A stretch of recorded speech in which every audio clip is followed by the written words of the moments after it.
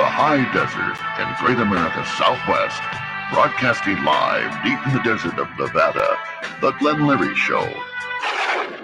The Columbia Broadcasting System and its affiliated stations present Orson Welles and the Mercury Theater on the air in The War of the Worlds by H.G. Wells.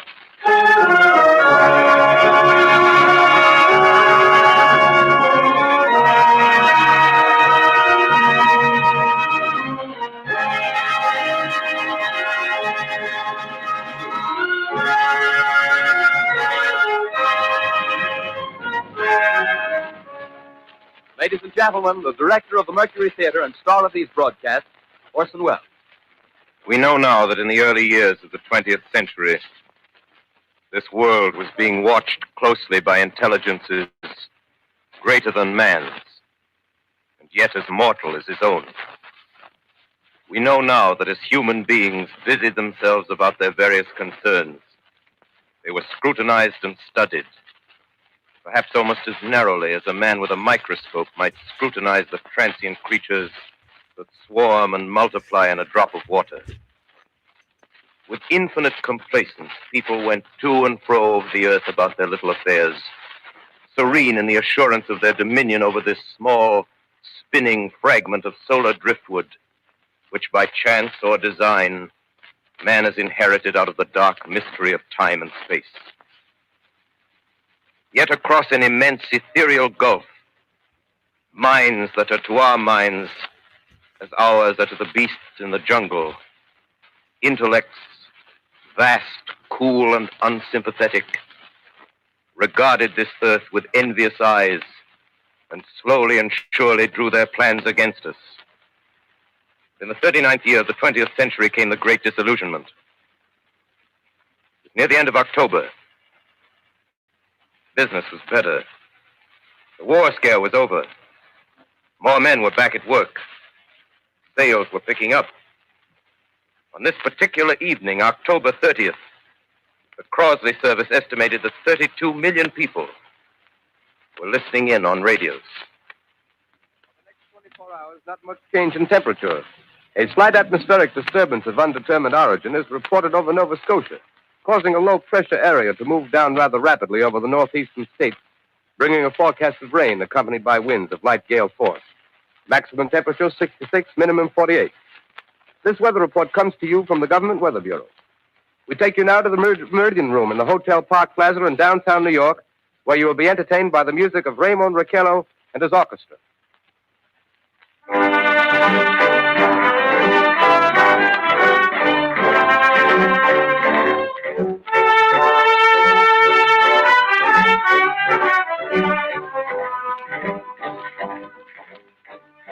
Good evening, ladies and gentlemen.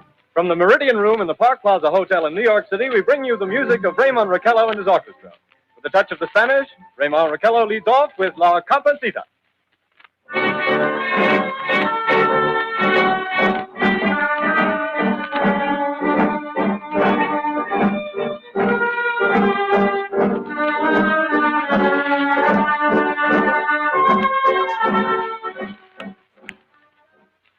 Ladies and gentlemen, we interrupt our program of dance music to bring you a special bulletin from the Intercontinental Radio News. At 20 minutes before 8 Central Time, Professor Farrell of the Mount Jennings Observatory, Chicago, Illinois, reports observing several explosions of incandescent gas occurring at regular intervals on the planet Mars. The spectroscope indicates the gas to be hydrogen and moving toward the Earth with enormous velocity. Professor Pearson of the observatory at Princeton confirms Farrell's observation and describes the phenomenon as, quote, like a jet of blue flame shot from a gun, unquote. We now return you to the music of Raymond Raquello, playing for you in the Meridian Room of the Park Plaza Hotel, situated in downtown New York.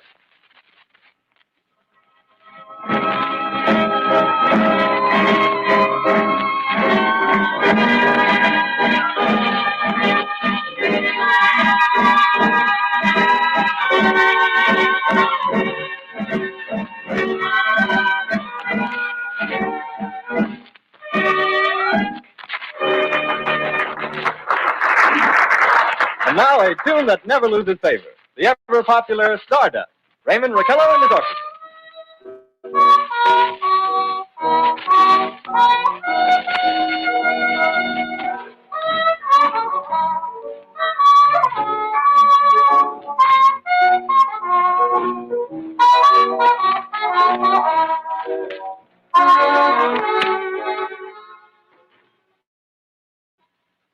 Ladies and gentlemen, following on the news given in our bulletin a moment ago, the Government Meteorological Bureau has requested the large observatories of the country to keep an astronomical watch on any further disturbances occurring on the planet Mars. Due to the unusual nature of this occurrence, we have arranged an interview with the noted astronomer, Professor Pearson, who will give us his views on this event. In a few moments, we will take you to the Princeton Observatory at Princeton, New Jersey. We return you until then to the music of Raymond Raquello and his orchestra.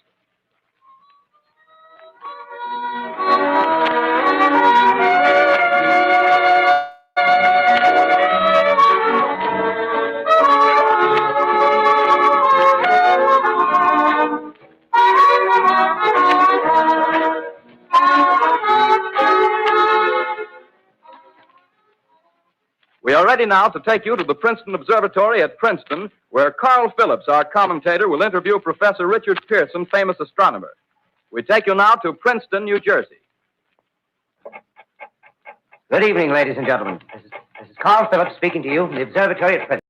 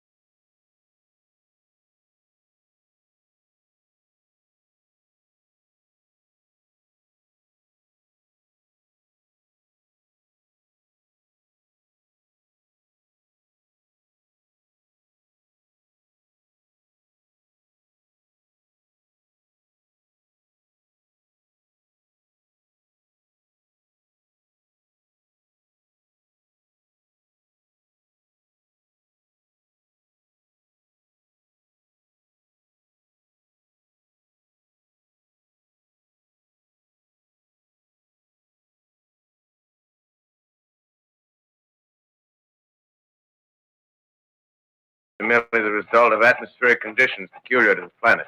Then you're quite convinced, as a scientist, that living intelligence as we know it does not exist on Mars? I'd say the chances against it are 1,000 to 1. And yet, how do you account for these gas eruptions occurring on the surface of the planet at regular intervals? Phillips, I cannot account for it. By the way, Professor, for the benefit of our listeners, how far is Mars from the Earth? Approximately 40 million miles. Well, that seems a safe enough distance. Just a moment, ladies and gentlemen. Someone has just handed Professor Pearson a message. While he reads it, let me remind you that we are speaking to you from the observatory in Princeton, New Jersey, where we are interviewing the world-famous astronomer, Professor Pearson. One moment, please. Professor Pearson has passed me a message which he has just received. Professor, may I read the message to the listening audience? Certainly, Mr. Phillips. Ladies and gentlemen, I shall read you a wire addressed to Professor Pearson from Dr. Gray of the Natural History Museum, New York.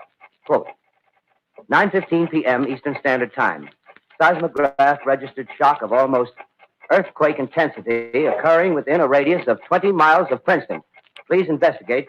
Signed, Lloyd Gray, Chief of Astronomical Division. Unquote. Professor Pearson, could this occurrence possibly have something to do with the disturbances observed on the planet Mars? Hardly, Mr. Phillips. This is probably a meteorite of unusual size, and its arrival at this particular time is merely a coincidence. However, we shall conduct a search as soon as daylight permits. Thank you, Professor. Ladies and gentlemen, for the past 10 minutes, we've been speaking to you from the observatory at Princeton, bringing you a special interview with Professor Pearson, noted astronomer. This is Carl Phillips speaking. We are returning you now to our New York studio.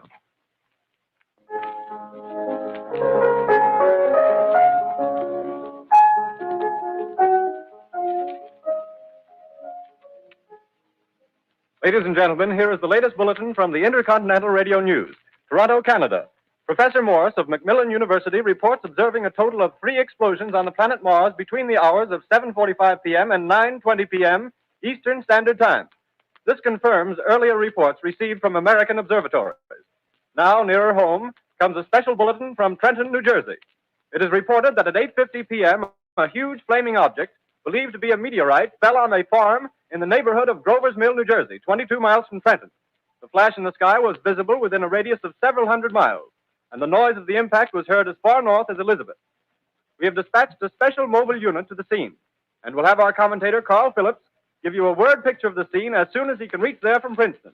In the meantime, we take you to the Hotel Martinet in Brooklyn, where Bobby Millett and his orchestra are offering a program of dance music.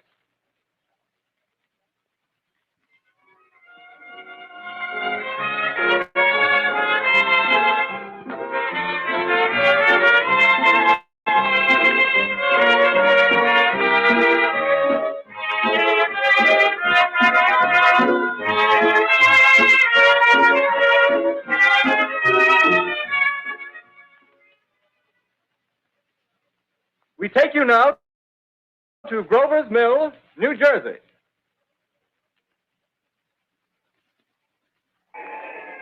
Ladies and gentlemen, this is Carl Phillips again, out at the Wilmot Farm, Grover's Mill, New Jersey. Professor Pearson and myself made the 11 miles from Princeton in 10 minutes. Well, I hardly know where to begin. To paint for you a word picture of the strange scene before my eyes, but something out of a modern Arabian Nights. Well, I just got here. I haven't had a chance to look around yet. I guess that's it. Yes, I guess that's the thing directly in front of me, half buried in a vast pit. Must have struck with terrific force. The ground is covered with splinters of a tree. It must have struck on its way down. But I can see of the object itself doesn't look very much like a meteor. At least not the meteors I've seen. It looks more like a huge cylinder. Has a diameter of, what would you say, Professor Pearson? What's that? What would you say, what's the diameter of this? About 30 yards. About 30 yards. The metal on the sheath is, well, I've never seen anything like it. The color is sort of yellowish white. It's curious. Spectators now are pressing close to the object in spite of the efforts of the police to keep them back. Getting in front of my line of vision. Would you mind standing one side, please? While the police are pushing the crowd back. Here's Mr. Wilmot, owner of the farm here. He may have some interesting facts to add. Mr. Wilmot, would you please tell the radio audience as much as you remember of this rather unusual visitor that stopped in your backyard?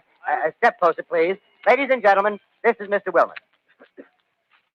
Well, I was listening to the radio. Closer and louder, please. Pardon me? Louder, please, closer. Yes. I was listening to the radio and kind of drowsing.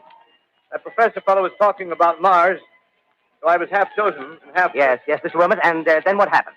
Well, as I was saying, I was listening to the radio, kind of halfway. Yes, Mr. Wilmot, and then you saw something. Well, not first off. I heard something. And what did you hear? A hissing sound like this. Kind of like a 4th of July rocket. Yes, then what? I turned my head out the window and would have sworn I was asleep and dreaming. Yes? I seen a kind of greenish streak and then zingo. Something smacked the ground, knocked me clear out of my chair. Well, were you frightened, Mr. Wilmot? Well, I ain't quite sure. I reckon I was kind of riled. Well, thank you, Mr. Wilmot. Thank you very much. Yeah, you want me to tell No, that's some quite more? all right. That's plenty. Ladies and gentlemen, you've just heard Mr. Wilmot, owner of the farm where this thing has fallen. I wish I could convey the atmosphere, the background of this fantastic scene. Hundreds of cars are parked in a field in back of us, and the police are trying to rope off the roadway leading into the farm, but it's no use. They're breaking right through. Cars' headlights throw an enormous spotlight on the pit where the object's half buried. Now, some of the more daring souls now are venturing near the edge. The silhouettes stand out against the metal sheen. One man wants to touch the thing. He's having an argument with the policeman. Now, the policeman wins. Now, ladies and gentlemen, there's something I haven't mentioned in all this excitement, but it's becoming more distinct. Perhaps you've caught it already on your radio. Listen, please. Do you hear it? It's a curious humming sound that seems to come from inside the object. I'll move the microphone nearer. Here. Now, we're not more than 25 feet away. Can you hear it now? Professor Pearson. Yes, Mr. Can you tell us the meaning of that scraping noise inside the thing? Possibly the unequal cooling of its surface. I say, do you still think it's a meteor, Professor? I don't know what to think. The metal casing is definitely extraterrestrial. Not found on this Earth. Friction with the Earth's atmosphere usually tears holes in a meteorite. This thing is smooth, and you can see its cylindrical Just a minute. shape. Something's happening. Ladies and gentlemen, this is terrific. This end of the thing is beginning to flake off. The top is beginning to rotate like a screw, and the thing must be hollow. He's moving! Keep back! Keep those men back! Keep those idiots back! Ladies, The top's loose! Look out there! Stand back! ladies and gentlemen, this is the most terrifying thing I've ever witnessed. Wait a minute. someone calling someone or something. I can see turning out of that black hole two luminous discs. The eyes, it might be a face, might be almost but heavens, something wriggling out of the shadow like a gray snake. Now it's another one, and another one, and another one. They look like tentacles to me. Oh, yeah, I can see the thing's body now. It's large as a bear. It glistens like wet leather, but that face, ladies and gentlemen, it's indescribable. I can hardly force myself to keep looking at it. It's so awful. The eyes are black, and they gleam like a serpent. The mouth is a kind of V-shape with saliva dripping from its rimless lips that seem to quiver and pulsate, and the monster or whatever it is can hardly move. It seems weighed down by possibly gravity or something. The thing's rising up now, and the crowd falls back. They've seen plenty. The most extraordinary experience, ladies and gentlemen. I can't find words. Well, I'll pull this microphone with me as I talk. I'll have to stop the description until I can take a new position. Hold on, will you please? I'll be right back in a minute.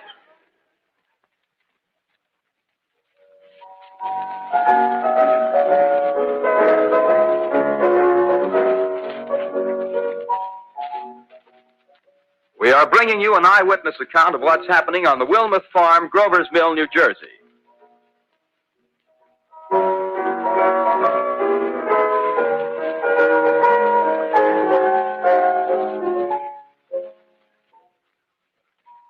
We now return you to Carl Phillips at Grover's Mill. Ladies and gentlemen, am I on? Ladies and gentlemen, here I am, back of a stone wall that adjoins Mr. Wilmuth's garden. From here, I get a sweep of the whole scene. I'll give you every detail as long as I can talk and as long as I can see. More state police have arrived. They're drawing up a cordon in front of the pit. About 30 of them. No need to push the crowd back now. They're willing to keep their distance. The captain's conferring with someone. Can't quite see who. Oh, yes, I believe it's Professor Pearson. Yes, it is. Now they've parted, and the professor moves around one side, studying the object while the captain and two policemen advance with something in their hands. I can see it now. It's a white handkerchief tied to a pole. Flag of truce. If those creatures know what that means, what anything means. Wait a minute, something's happening. A humped shape is rising out of the pit. I can make out a small beam of light against a mirror. What's that? There's a jet of flame springing from that mirror, and it leaps right at the advancing men. It strikes them head on. Oh, Lord, they're turning into flames. The whole field's caught up by the woods, the barns, the gas tanks for the automobiles, spreading everywhere. Coming this way now, about 20 yards to my right.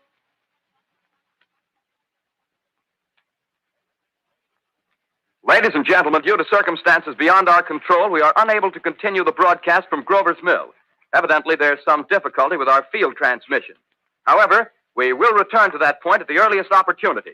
In the meantime, we have a late bulletin from San Diego, California. Professor Indelkoffer, speaking at a dinner of the California Astronomical Society, expressed the opinion that the explosions on Mars are undoubtedly nothing more than severe volcanic disturbances on the surface of the planet. We continue now with our piano interlude.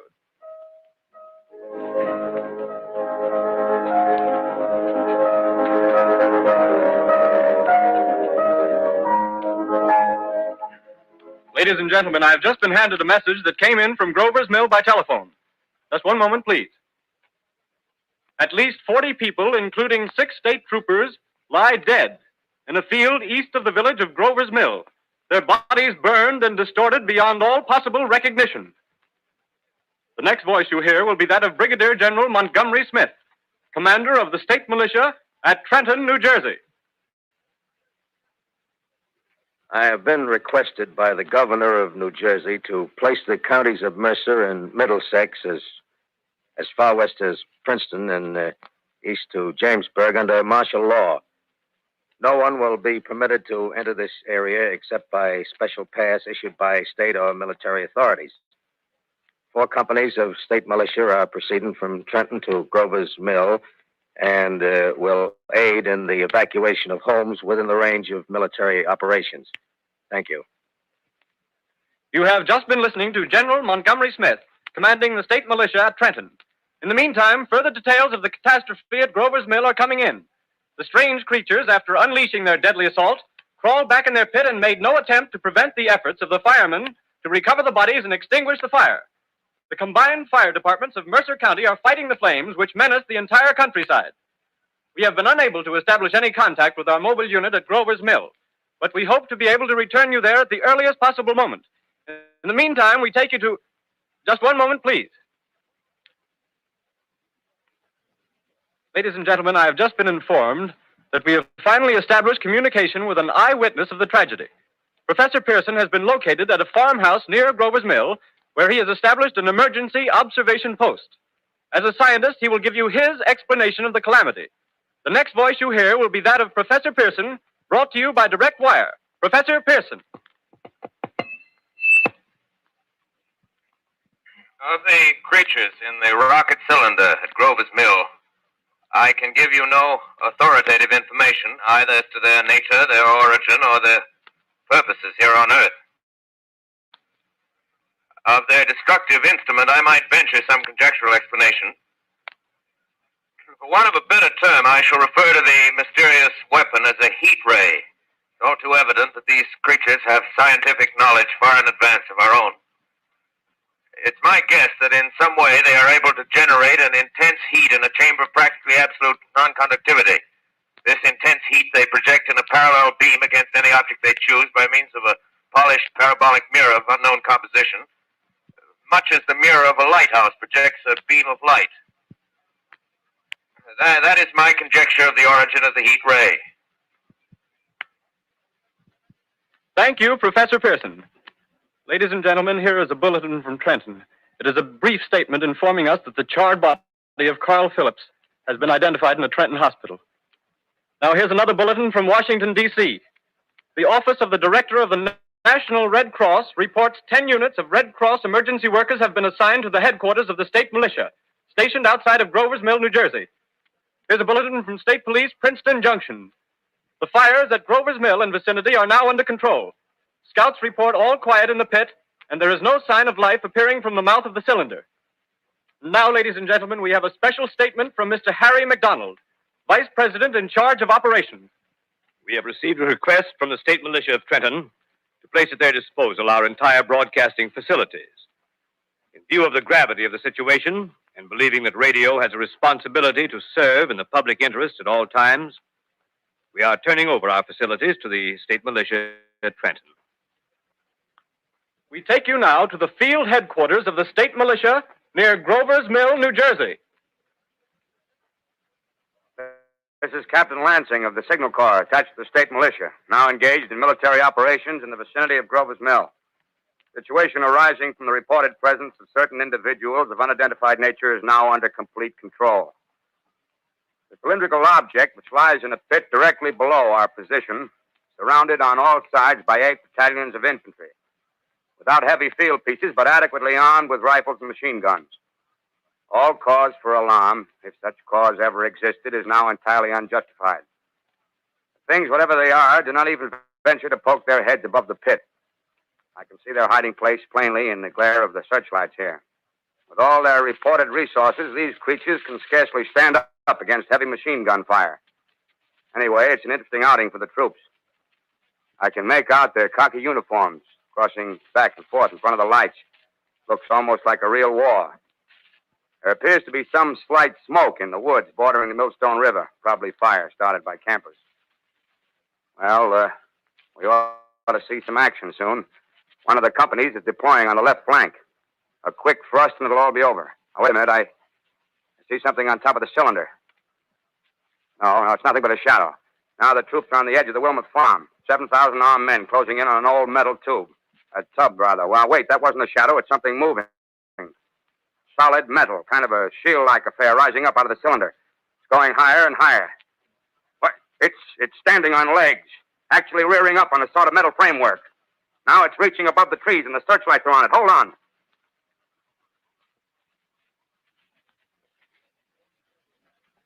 Ladies and gentlemen, I have a grave announcement to make.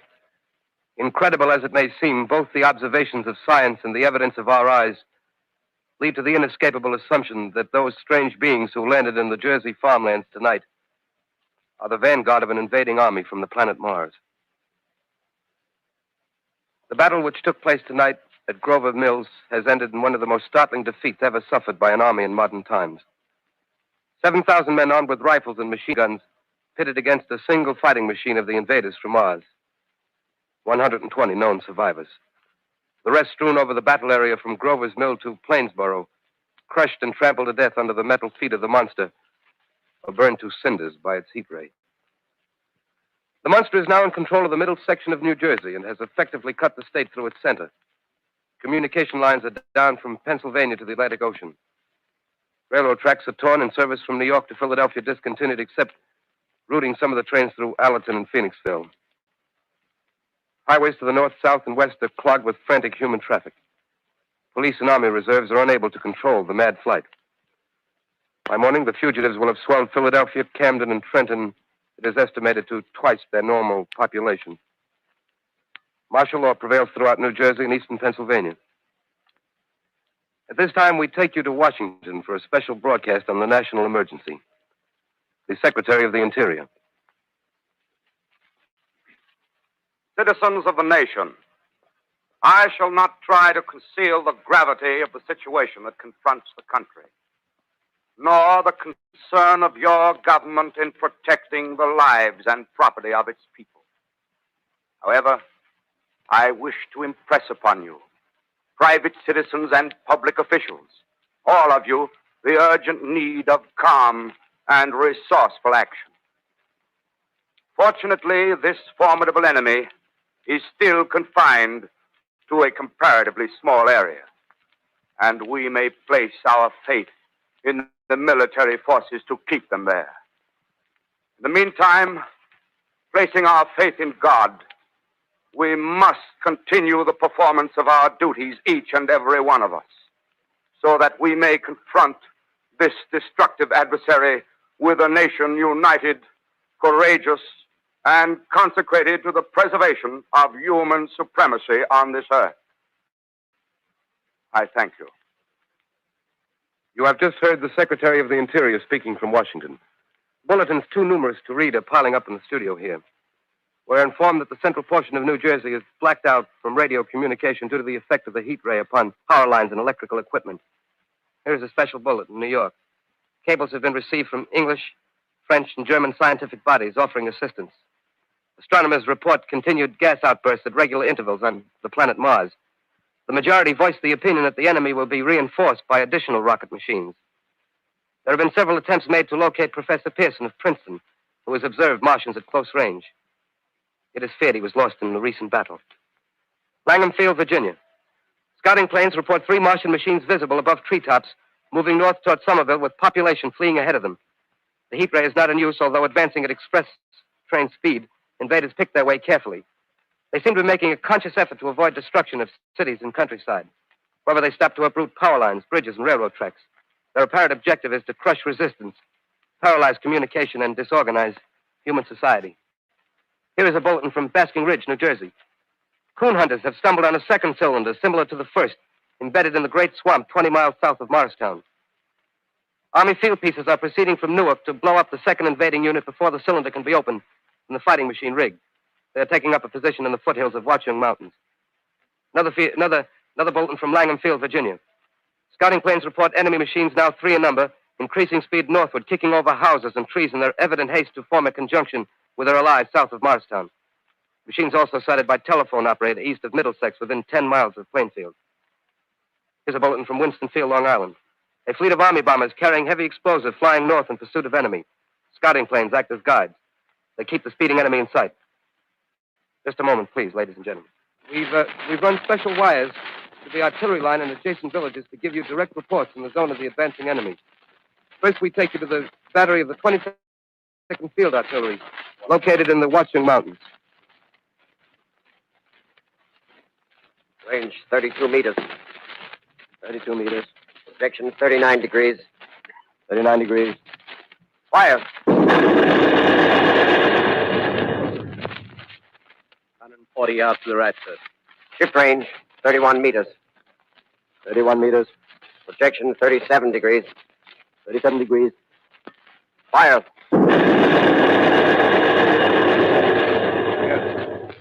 Hit, sir. Got the tripod of one of them. That's off. The others are trying to repair it. Quick, get the range. Shift 30 meters. 30 meters. Projection 27 degrees. 27 degrees. Fire.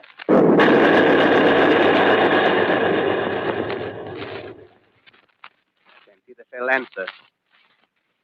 Letting off a smoke. What is it? Black smoke, sir.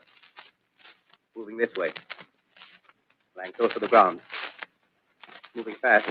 Put on gas mask. Get ready to fire.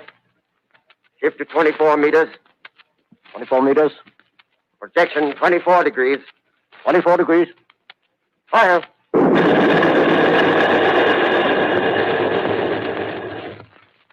Still can't see, sir. Smoke's coming nearer. Get the range. 23 meters. 23 meters. 23 meters. 22. 22. Please.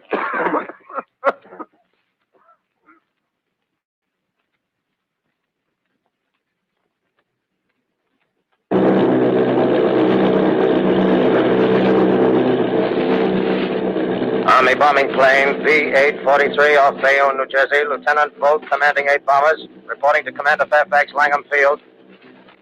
This is Vogt reporting to Commander Fairfax, Langham Field.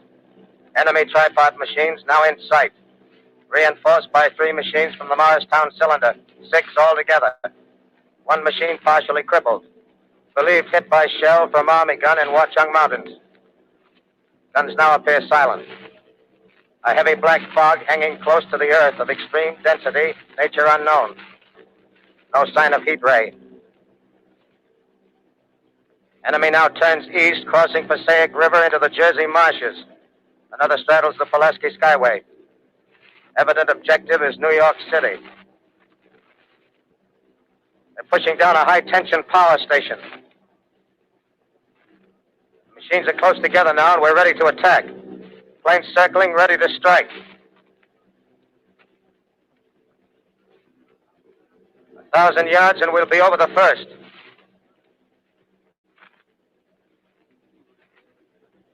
$800 yards.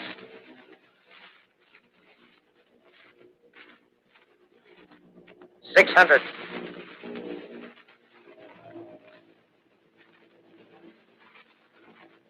$400.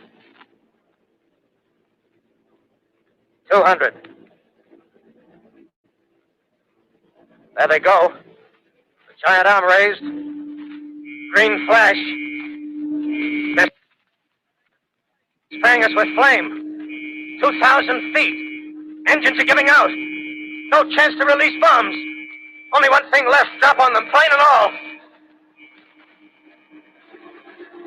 We're diving on the first one. Now the engine's gone. 8.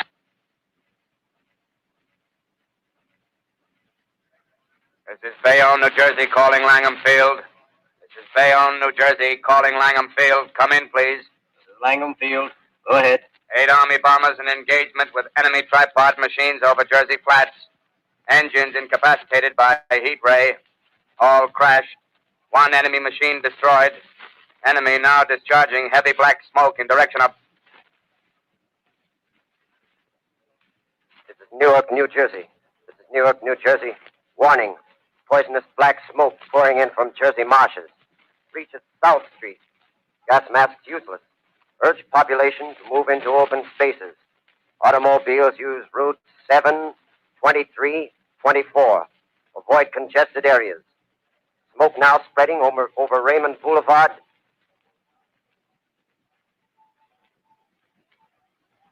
X2L calling CQ, 2X2L calling CQ, 2X2L calling 8X3R. Come in, please.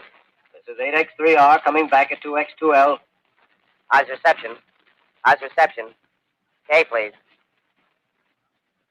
Where are you, 8X3R? What's the matter? Where are you?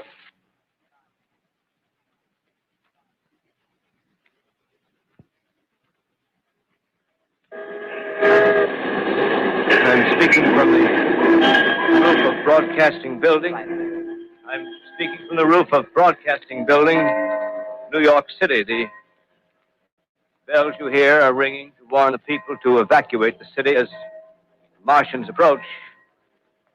Estimated in the last 2 hours, 3 million people have moved out along the roads to the north.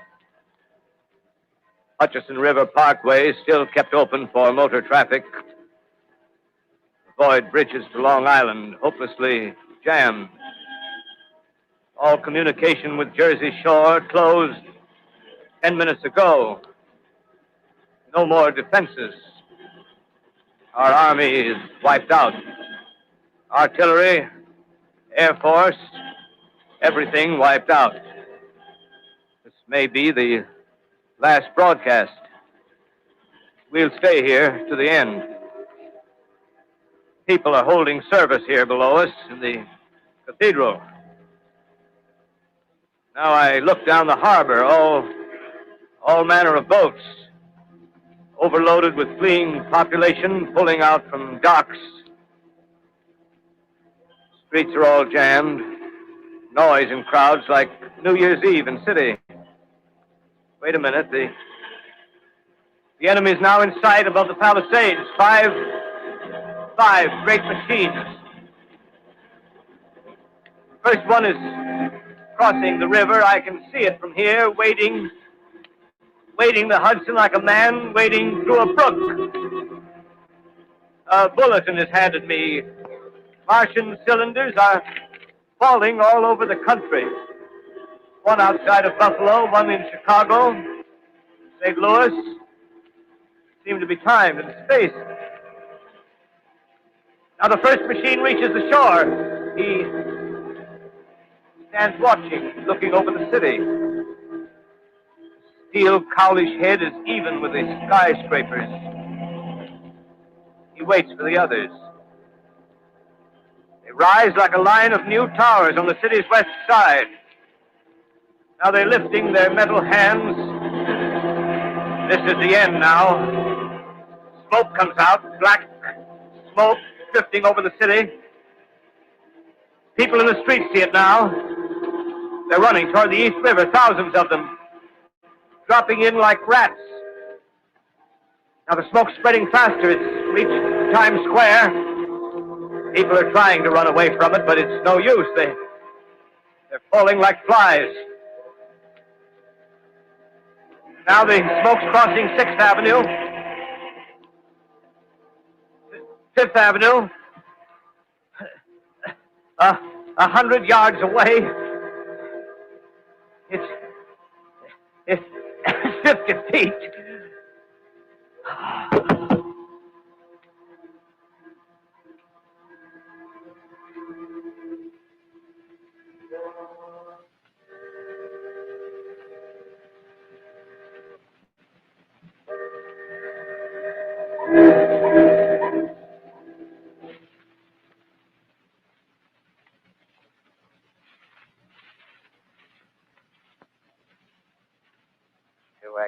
X2L calling say kill. 2X2L calling say kill. 2X2L calling say kill New York. Isn't there anyone on the air? Isn't there anyone on the air? Isn't there anyone? 2X2L.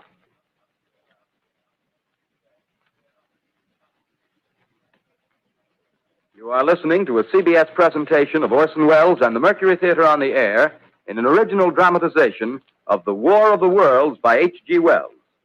The performance will continue after a brief intermission. This is the Columbia Broadcasting System.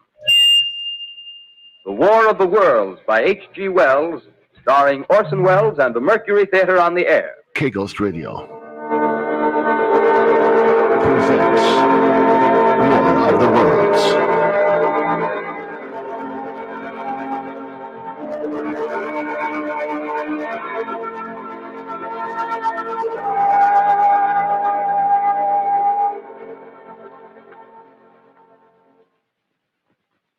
As I set down these notes on paper, I'm obsessed by the thought that I may be the last living man on Earth. I've been hiding in this empty house near Grover's Mill, a small island of daylight cut off by the black smoke from the rest of the world. All that happened before the arrival of these monstrous creatures in the world now seems part of another life. A life that has no continuity with the present. furtive existence of the lonely derelict who pencils these words on the back of some astronomical notes bearing the signature of Richard Pearson. I look down at my blackened hand and I try to connect them with a professor who lives at Princeton and who, on the night of October 20th, glimpsed through his telescope an orange splash of light on a distant planet. My wife, my colleagues, my students, my books, my observatory, my world. Where are they? Did they ever exist? Am I Richard Pearson? What day is it? Do days exist without calendars? Does time pass when there are no human hands left to wind the clocks? In writing down my daily life, I tell myself I shall preserve human history between the dark covers of this little book that was meant to record the movements of the stars. But to write, I must live, and to live, I must eat. Find moldy bread in the kitchen and an orange not too spoiled to swallow. Keep watch at the window. Time to time, I catch sight of a Martian above the black smoke.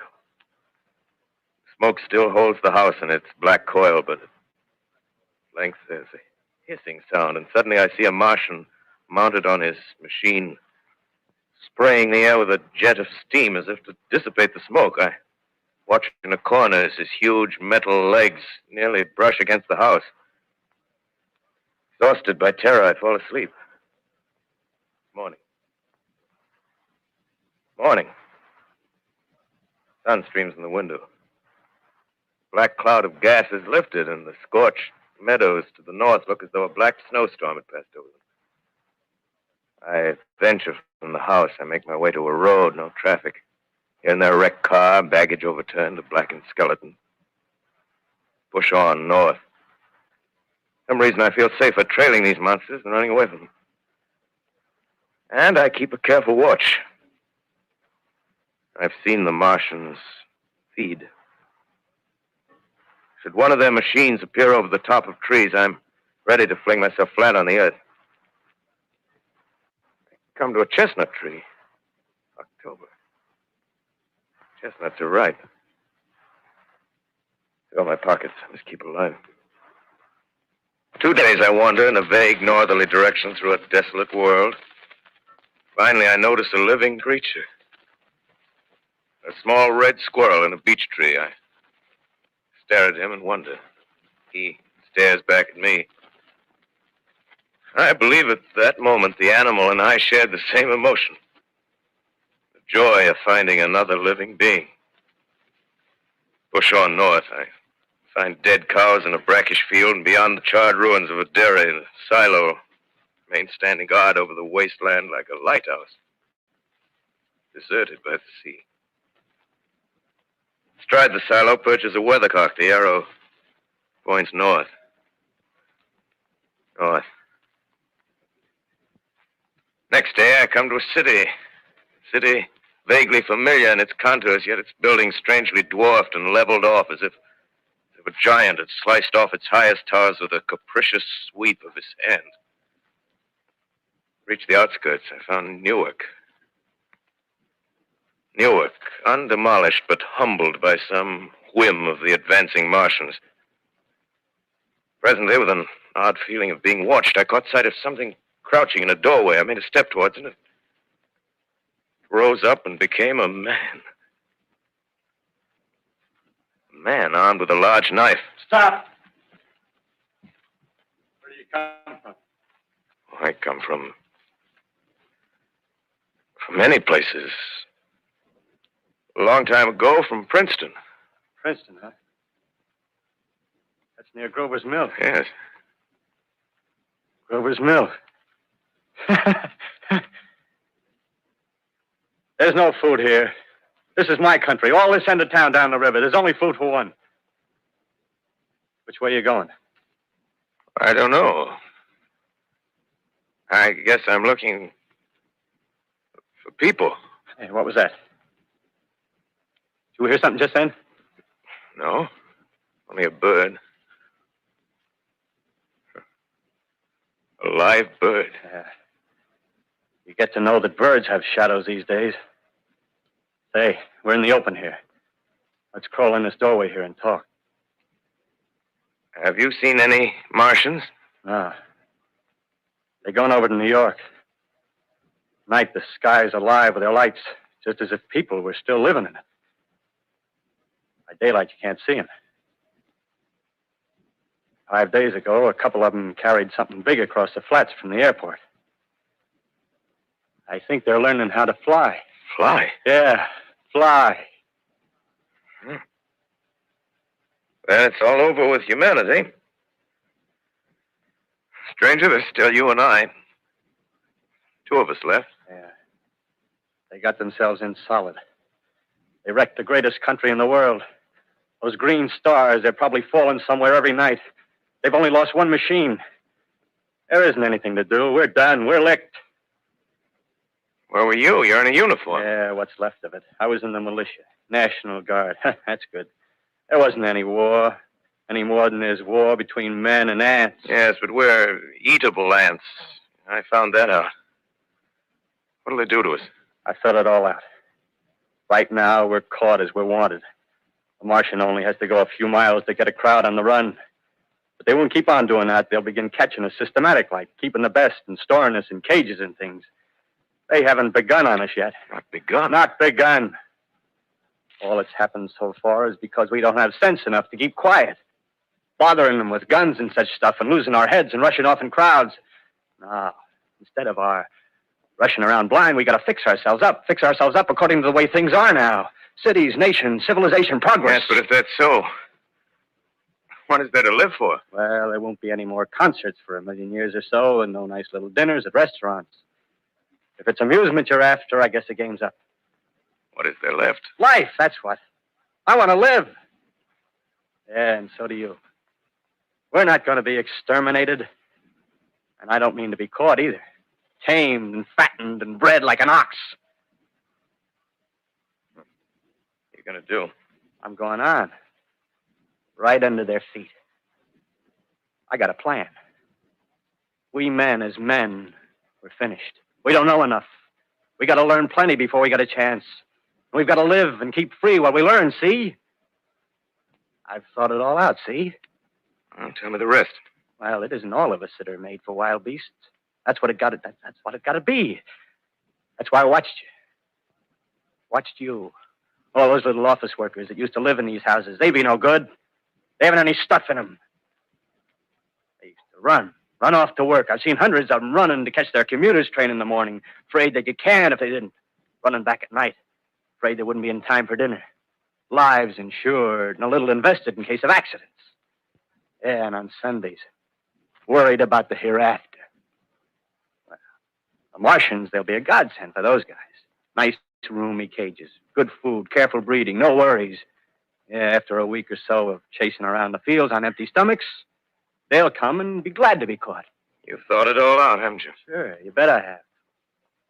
That isn't all. These Martians are going to make pets of some of them. Train them to do tricks. Who knows, get sentimental over the pet boy who grew up and had to be killed. Yeah, and some maybe, they'll train to hunt us. Oh, no, it's impossible. Human Yes, they will. There's men who do it gladly. If one of them ever comes after me, by... In the meantime, you and I and others like us, where are we to live when the Martians own the Earth? I got it all figured out. To live underground. I've been thinking about the sewers. Under New York, there are miles and miles of them. The main ones, they're big enough for anybody. Then there's cellars, vaults, underground storerooms, railway tunnels, subways. You begin to see, huh? We'll get a bunch of strong men together. No weaklings. That rubbish, out. As you meant me to go. All right. Give you a chance, didn't I? Won't quarrel about that. Go on. Well, we got to make safe places for us to stay in, see? Get all the books we can. Science books. That's where men like you come in, see? We raid the museums, We'll even spy on the Martians. May not be so much we have to learn before... Listen. Just imagine this. 4 or 5 of their own fighting machines suddenly start off. Heat rays right and left. Not a Martian in them. Not a Martian in them, see? But men. Men who've learned the way how. May even be in our time. Gee. Imagine having one of them lovely things with a heat ray wide and free. We'd turn it on Martians. We'd turn it on men. We'd bring everybody down on their knees. That's your...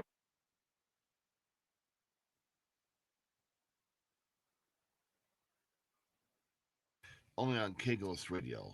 And what's happened now, the Martians have taken over. Are you still around now? Are you considered a Martian? Are you considered the Halloweener? I'm Larry Glenn Anderson. Thank you so much. We love you. Tune in next week at Tuesday, and we'll have some more shows. I am Glenn Larry, and I do thank you. I really do. God bless. Be well. Happy Halloween.